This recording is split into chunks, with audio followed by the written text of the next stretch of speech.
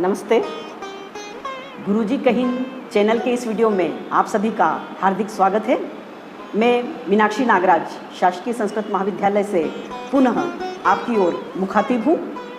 आज हम जिस टॉपिक पर चर्चा करने जा रहे हैं उसका विषय है भारत के अत्यंत प्राचीन विश्वविद्यालय।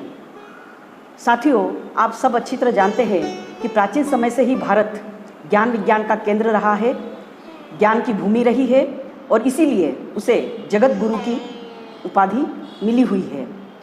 लेकिन ये जो जगत गुरु की पदवी इसको हासिल हुई वो अपने आप हासिल नहीं हुई है, इसके पीछे कुछ पृष्ठभूमि विद्यमान है। प्राचीन काल से ही जो विश्वविद्यालय ज्ञान विज्ञान के केंद्र थे, विद्यार्थियों को विभिन्न विषयों का ज्ञान प्रदान करते थे, उनकी वजह से ही भारत को ये गौरव हासिल हुआ।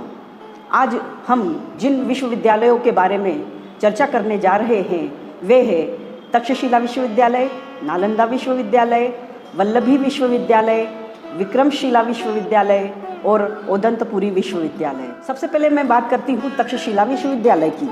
तक्षशिला विश्वविद्यालय के बारे में ये कहा जाता है कि ये विश्व का सर्वप्रथम विश्वविद्यालय था।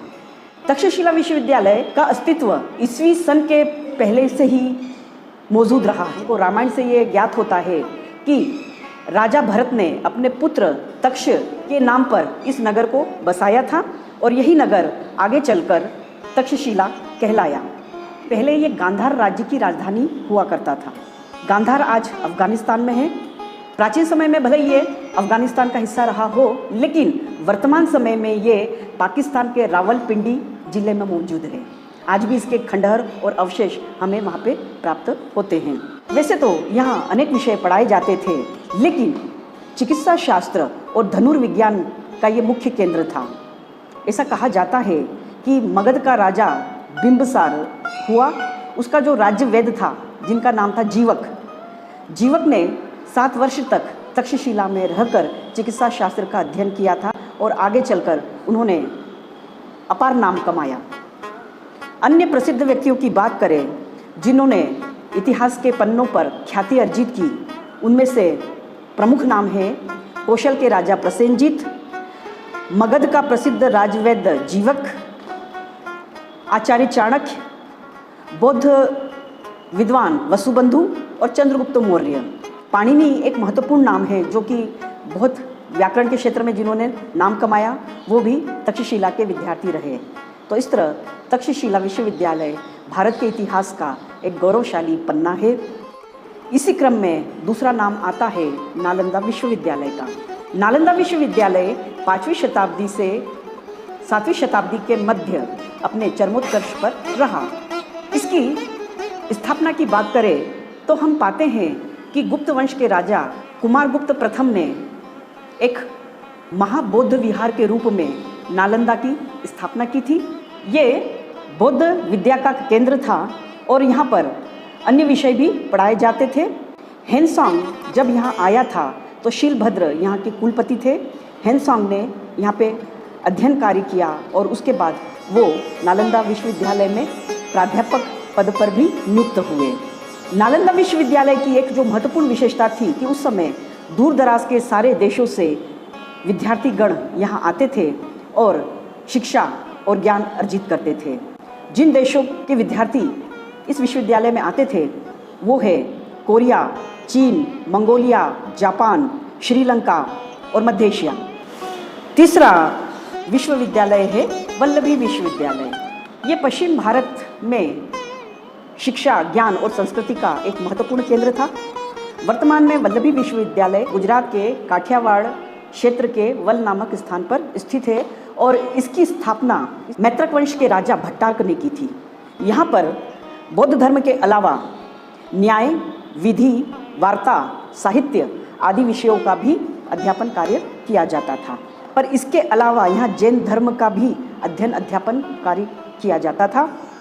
और सबसे महत्वपूर्ण बात यह है कि जो द्वितीय जैन संगीति हुई वो वल्लभी में ही आयोजित की गई थी। अगला हमारा विश्वविद्यालय है विक्रमशिला विश्वविद्यालय। विक्रमशिला विश्वविद्यालय की स्थापना पाल वंश के राजा धर्मपाल ने की थी। इस विश्वविद्यालय में जो विषय पढ़ाए जाते थे वो थे व्याकरण, तर्कशास्त्र, मीमांसा, तंत्र, विधि आदि। इस विश्वविद्यालय में एक आचार्य ने विशेष प्रसिद्धि हासिल की थी और उनका नाम था आचार्य दीपंकर। वो इस विश्वविद्यालय के कुलपति भी रहे थे।